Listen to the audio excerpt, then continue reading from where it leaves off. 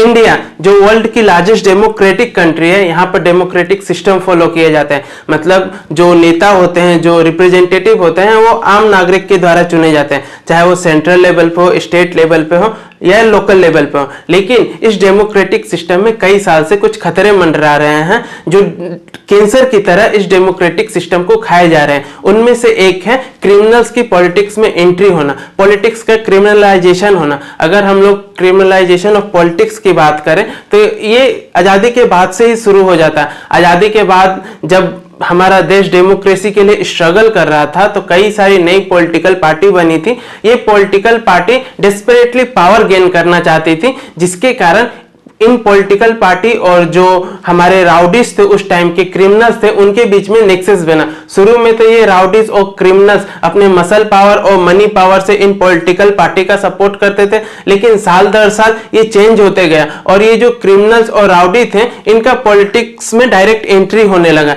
Association of democratic reform जो democracy और electoral reform की बात करती है, उसके डेटा के अनुसार से ये पता चलता है कि 2004 में 24% एमपी ऐसे थे जिनके ऊपर क्रिमिनल चार्जेस हैं, और वो बढ़ के 2009 में 30% हो गया, और 2014 में बढ़ के 34% और 2019 में बढ़ के 43% हो गया। तो ऐसा क्या कारण है कि ये जो पॉलिटिकल पार्टीज हैं इन क्रिमिनल्स को अपने में शामिल करती हैं, और ये क्रिमिनल्स इतने इजीली इलेक्शन क्यों जीत जाते हैं? क्या सरकार इसके लिए कुछ कर रही है या हमारा संविधान इसके लिए कुछ कहता है? इससे सोसाइटी पर क्या असर पड़ता है और इस चीज से हम लोग बच कैसे सकते हैं? आइए इन सब चीजों के बारे में इस वीडियो में हम लोग जानते हैं। देखिए, अगर हम लोग ये बात करें कि ये जो क्रिमिनल्स है पॉलिटिक्स में आते क्यों हैं, तो इसका बड़ा सिंपल सा आंसर है कि ये अपने क्रिमिनल बैकग्राउंड से बचने के लिए पॉलिटिक्स में एंट्री करते हैं, ताकि जो हमारे लॉ हैं उसको मैनिपुलेट कर सके। और जो पॉलिटिकल पार्टीज हैं वो इन्हें अपने में शामिल क्यों करती है, तो इसके पीछे कई रीजन है। पहला रीजन, ये जो क्रिमिनल्स होते हैं, राउडी होते हैं, इनके पास सेल्फ फाइनेंसिंग का ऑप्शन रहता है, इनके पास ब्लैक मनी होता है जो पॉलिटिकल पार्टी में फंडिंग के काम आता है, और उसके बाद इनके पास जो वो मसल पावर होता है जिसके कारण ये वोट बैंक को खरीद सके और जो लोकल लेवल पे वोटर्स हैं उन्हें इन्फ्लुएंस कर सके, जिसके कारण ये पॉलिटिकल पार्टीज की पहली पसंद बन जाती है। पॉलिटिकल पार्टी यूजुअली जो अपना टिकट होता है वो विनिंग परसेंटेज के अनुसार से देती है, और ये जो क्रिमिनल्स होते हैं, राउडी होते हैं, इनका विनिंग परसेंटेज काफी ज्यादा होता है। अगर हम लोग कंपेयर करें तो जो एक नॉर्मल कैंडिडेट है उसके विनिंग परसेंट 5% है, तो इन क्रिमिनल्स के विनिंग परसेंट 15% हो जाते हैं, जिसके कारण ये पॉलिटिकल पार्टी की पहली चॉइस बन जाते हैं। अगर हम लोग डेटा और स्टैटिस्टिक्स की बात करें इन क्रिमिनल्स का हमारे पॉलिटिक्स में, तो एसोसिएशन ऑफ डेमोक्रेटिक रिफॉर्म और नेशनल इलेक्शन वॉच की रिपोर्ट से ये पता चलता है कि 2019 में 43% विनर ऐसे थे जिनके ऊपर क्रिमिनल केसेस थे, और इनमें से 29% ऐसे थे जिनके ऊपर सीरियस क्रिमिनल केसेस थे। मतलब murder, attempt to murder, kidnapping, crime against women, ऐसे केसेस थे। और ये सिर्फ 2019 की बात नहीं है, 2014 में भी जो 34% कैंडिडेट थे जिनके ऊपर क्रिमिनल चार्जेस थे, उनमें से 17% ऐसे थे जिनके ऊपर सीवियर क्रिमिनल चार्जेस थे। और ये ऐसा नहीं है कि सिर्फ ये सेंट्रल लेवल पे और पार्लियामेंट में ही ये क्रिमिनल्स को देखा जाता है। अगर हम लोग स्टेट की बात करें तो जो एमएलएस होते हैं उनमें क्रिमिनल्स की संख्या काफी ज्यादा है। 2015 के बिहार के इलेक्शन में 47% कैंडिडेट ऐसे थे जिनके ऊपर क्रिमिनल केसेस थे, और उनमें से 31% ऐसे थे जिनके ऊपर सीवियर क्रिमिनल केसेस थे। ये एडीआर और नेशनल इलेक्शन वॉच की रिपोर्ट है। अगर हम लोग स्टेट वाइज देखें तो छत्तीसगढ़ में 24% एमएलए ऐसे हैं जिनके ऊपर क्रिमिनल चार्जेस हैं, और उनमें से 13% ऐसे एमएलए हैं जिनके ऊपर सीवियर क्रिमिनल चार्जेस हैं। वहीं अगर मध्य प्रदेश की बात करें तो 40% एमएलए ऐसे हैं जिनके ऊपर क्रिमिनल चार्जेस हैं, उनमें से 6 ऐसे एमएलए हैं जिनके ऊपर मर्डर और अटेम्प्ट टू मर्डर के चार्जेस हैं।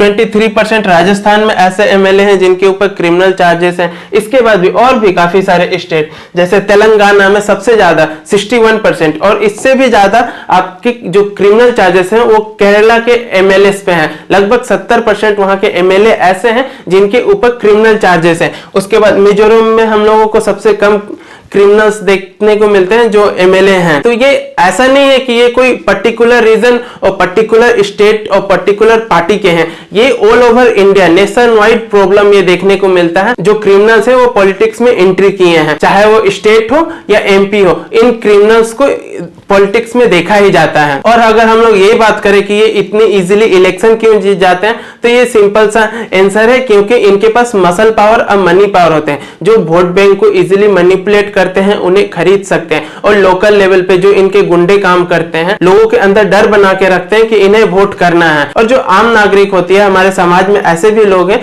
जिन्हें ये तक पता नहीं रहता कि उनके कॉन्स्टिट्यूएंसी से कौन खड़ा हुआ है, वो पार्टी के नाम पे वोट दे देते हैं। कोई भी पार्टी, बड़ी पार्टी हो, उनके नाम पे वो लोग वोट देते हैं। तो उन्हें एक क्रिमिनल्स के बैकग्राउंड के बारे में ज्यादा पता नहीं चलता कि उनके जो क्रिमिनल्स खड़े हुए हैं इलेक्शन में उनके ऊपर क्या क्या चार्जेस है, उनके वो लोग इस चीज से अनजान रहते हैं। इसलिए ये जो क्रिमिनल्स होते हैं ये इजीली इलेक्शन जीत जाते हैं। अगर हम लोग बात करें कि गवर्नमेंट इसके लिए कुछ कर रही है कि नहीं, संविधान में इसके खिलाफ कुछ बोला गया है कि नहीं, तो देखिए संविधान में ये क्रिमिनल्स के लिए कुछ कहा नहीं गया है कि ये क्रिमिनल्स पॉलिटिक्स में पार्टिसिपेट कर सकते हैं कि नहीं। इसके लिए एक अलग से लॉ बना है, रिप्रेजेंटेटिव ऑफ पीपल एक्ट 1951, जो क्वालिफिकेशन और डिस्क्वालिफिकेशन की बात करता है एमपी और एमएलए की। आरपीए एक्ट 1951 के सेक्शन 8 में यह कहा गया है कि जो भी कैंडिडेट है जिनके ऊपर क्रिमिनल केसेस हैं और 2 साल तक जेल टर्म खट चुका है, वो 6 साल तक पॉलिटिक्स में पार्टिसिपेट नहीं कर सकता, सेंट्रल लेवल हो या चाहे स्टेट लेवल हो। इसके बाद ये जो एक्ट है ये चीज नहीं कहता है कि जितने भी क्रिमिनल्स हैं अगर इनके खिलाफ कोई केस पेंडिंग है तो ये पार्टिसिपेट करें या नहीं करें, इसके लिए ये लॉ कुछ नहीं करता है। जिसके लिए ये जो जितने भी क्रिमिनल होते हैं जिसके खिलाफ केसेस पेंडिंग पड़ते हैं वो इजीली हमारे जो पॉलिटिकल सिस्टम है, पॉलिटिक्स है, उसमें पार्टिसिपेट कर सकते हैं। इस चीज को रोकने के लिए हमारी जो एपेक्स कोर्ट है, सुप्रीम कोर्ट है, और फिर जो इलेक्शन कमीशन ऑफ इंडिया है, टाइम टाइम पे अपने जजमेंट और नोटिफिकेशन जारी किए कि ये चीज क्रिमिनलाइजेशन ऑफ पॉलिटिक्स नहीं होना चाहिए। जैसे हम लोग बात करें तो public interest foundation versus union of India 2009 में सुप्रीम कोर्ट ये कहती है कि जितने भी क्रिमिनल्स बैकग्राउंड के ये कैंडिडेट है उनके खिलाफ जो भी इंफॉर्मेशन है वो पब्लिकली अवेलेबल होना चाहिए। जो पॉलिटिकल पार्टी की वेबसाइट है उसमें आना चाहिए, मीडिया सोशल मीडिया हैंडल में आना चाहिए, न्यूज़पेपर में उनके खिलाफ आना चाहिए। और इलेक्शन कमीशन ऑफ इंडिया को भी ये बोलती है कि इनके खिलाफ एक अलग से फ्रेमवर्क बनना चाहिए। उसके बाद lily Thomas versus union of India 2013 में सुप्रीम कोर्ट ये कहती है कि जितने भी कैंडिडेट है जिनके ऊपर केसेस चले हैं और 2 साल तक जेल टर्म हो, उनके वो इलेक्शन नहीं लड़ सकते। इसके बाद association of democratic reform versus union of India में सुप्रीम कोर्ट जो इलेक्शन कमीशन को ये डायरेक्ट करती है कि जितने भी कैंडिडेट हैं जिनके खिलाफ क्रिमिनल रिकॉर्ड है वो पार्टी को डायरेक्ट करे कि उन्हें टिकट ना दिया जाए। इसके बाद Manoj Narola versus union of India 2014 में supreme court Delhi high court ये नोटिस जारी करती है कि जितने भी क्रिमिनल्स हैं जिसके ऊपर क्रिमिनल चार्जेस हैं वो डिस्क्वालीफाई नहीं हो सकते हैं, लेकिन साथ ही में जो पॉलिटिकल पार्टी है उनके ऊपर ये रिस्पॉन्सिबिलिटी बनती है कि वो इन्हें पार्टी टिकट ना दे। इसके बाद state of Uttar Pradesh versus Rajnarayan 1975 में सुप्रीम कोर्ट ने यह कह दिया था कि ये जो आम नागरिक है, सिटीजन है, उनका ये फंडामेंटल राइट है कि वो जान सके कि उनके लिए जो खड़ा है उनके खिलाफ कोई क्रिमिनल बैकग्राउंड है कि नहीं, वो ये चीज को जान सके। इसके बाद भी जो हमारी लॉ बनाने वाली एजेंसी है, पार्लियामेंट है, वो इसके खिलाफ कोई एक्शन नहीं लेती है। अगर बात यही कोई गवर्नमेंट एस्पिरेंट की आ जाए जो आईएएस पीसीएस की तैयारी करता हो, उसके खिलाफ कोई एक भी एफआईआर हो तो उसे गवर्नमेंट जॉब नहीं मिलेगी। लेकिन ये चीज इनके साथ, ये जो पॉलिटिशियन है उनके साथ अप्लाई नहीं होता, ये एक्सेप्शनल केस में आ जाते हैं। और अगर हम लोग बात करें कि ये जो क्रिमिनल्स पॉलिटिक्स में एंट्री करते हैं तो इनका समाज पर क्या प्रभाव पड़ता है, तो समाज पे इसके कई प्रभाव पड़ते हैं। फर्स्ट ऑफ ऑल देखिए, ये जो क्रिमिनल्स होते हैं ये पहला अपने जो क्राइम किए उससे बचने के लिए ये पॉलिटिक्स में इंटर करते हैं ताकि ये लॉ को मैनिपुलेट कर सके, और यहाँ वहां पे जाने के बाद भी ये लॉ को मैनिपुलेट करते हैं और अपने लिए काम करते हैं। ये सोशल सर्विस करने नहीं जाते, ये सड़कें बनाने नहीं जाते हैं, बच्चों के एजुकेशन के बारे में नहीं सोचते हैं, हॉस्पिटल सही से चले या नहीं चले इसके बारे में नहीं चलते हैं। नेशनल क्राइम रिकॉर्ड ब्यूरो 2019 में यह बताती है कि लगभग 9,427 केसेस पॉलिटिशियन के ऊपर फाइल किए गए थे, जिनमें से लगभग 4,029 केसेस करप्शन से रिलेटेड थे। मतलब ये वहां पे भी जाते हैं करप्शन करने के लिए, ब्लैक मनी बनाने के लिए। तो ये समाज के हित के लिए काम नहीं करते, जिससे जो आम नागरिक है उसका ये डेमोक्रेटिक सिस्टम से ट्रस्ट इशू हो जाता है और इस पे ये विश्वास नहीं करते हैं, फिर वो चाहे उनके लिए कोई भी खड़ा हो जाए। तो ये चीज हमारे डेमोक्रेसी को हर्ट करता है और ये दिन पर दिन बढ़ते जा रहा है, जो हमारे लिए काफी खतरनाक होने वाला है। और अगर हम लोग बात करें कि ये चीज कैसे सुधर सकता है, इन क्रिमिनल्स की पॉलिटिक्स में एंट्री को कैसे रोका जाता है, तो एक सिंपल सा आंसर है कि पॉलिटिकल पार्टी इन्हें टिकट ना दे, कोई भी पॉलिटिकल पार्टी इनके लिए खड़ा ना हो, तो इन्हें टिकट नहीं मिलेगा, तो ये इलेक्शन नहीं लड़ेंगे और ये एमपी एमएलए नहीं बनेंगे। लेकिन ऐसा पॉलिटिकल पार्टी करेंगे नहीं। हर साल पॉलिटिकल पार्टी बढ़ते जा रहे हैं, अभी 1500 से ज्यादा भारत में पॉलिटिकल पार्टी हो गई हैं, तो कोई ना कोई इन्हें टिकट दे ही देगा। तो यहाँ पे ये